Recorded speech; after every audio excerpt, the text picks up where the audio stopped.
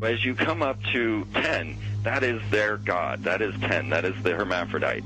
But if you stop at 9 and you skip to 11, skipping God, then you are a Luciferian. Because 11 is the number of the magician. It's the one step above. Once you have accomplished the tree of life, you are now the magician. You are one above 10. But they're doing it by skipping God.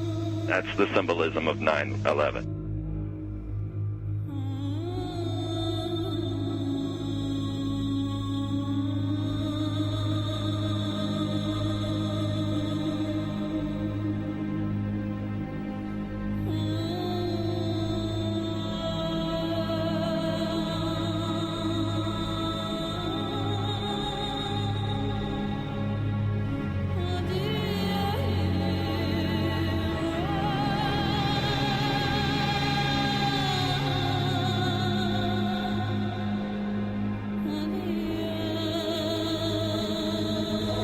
It is a big idea, a new world order.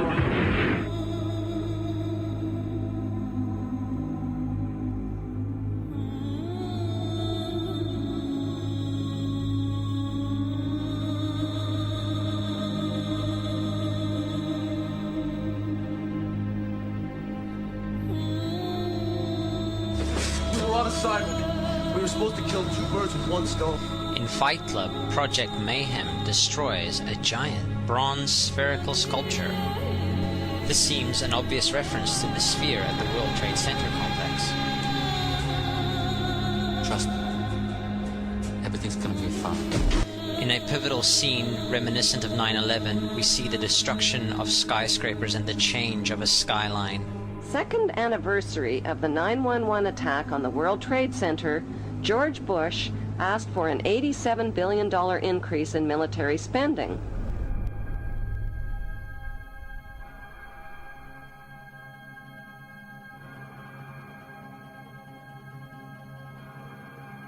In 1904, Crowley would receive the Book of the Law soon after meditating in the King's Chamber of the Great Pyramid.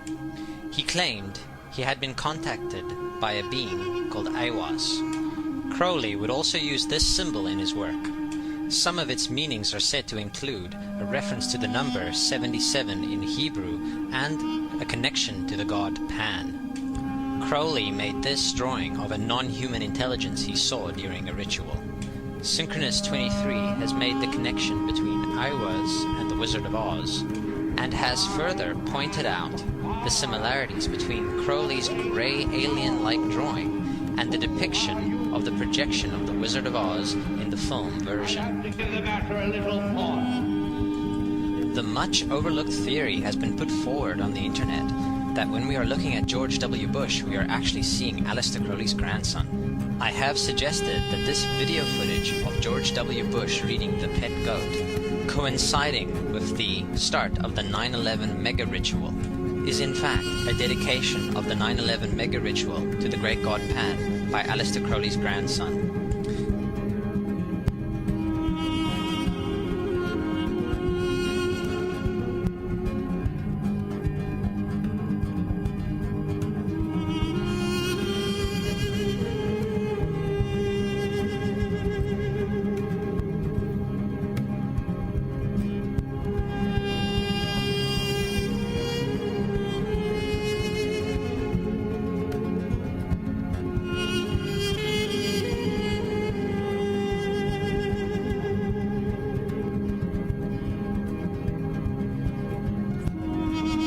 Things get a little weird. This is the 1978 version of The Wizard of Oz, The Wiz. Again, we see the Emerald City connected to New York. On arriving at the end of the Yellow Brick Road, Dorothy and her companions go through the circular portal. Through the door, we see 3 pyramids. Behind the pyramid shape, in between the pyramid pillars of the World Trade Center, we see the sphere, the representation of the kaaba.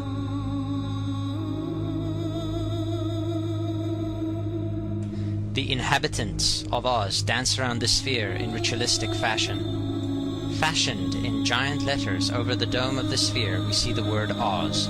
Oz, symbols of Pan and Aiwass, seen smack at the heart where the new Aeon was ushered in, and and where the Stargate was opened.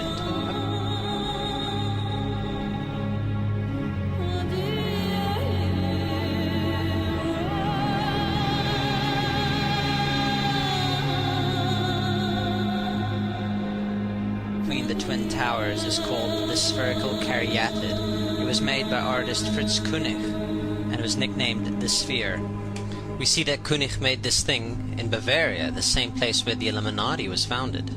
The most interesting fact about the placement of the Sphere at the World Trade Center Plaza has to be that architect and designer of the World Trade Center, Minoru Yamasaki, intended the plaza itself to be a representation of the Grand Mosque of Mecca, the Sphere in particular taking the place of the Kaaba.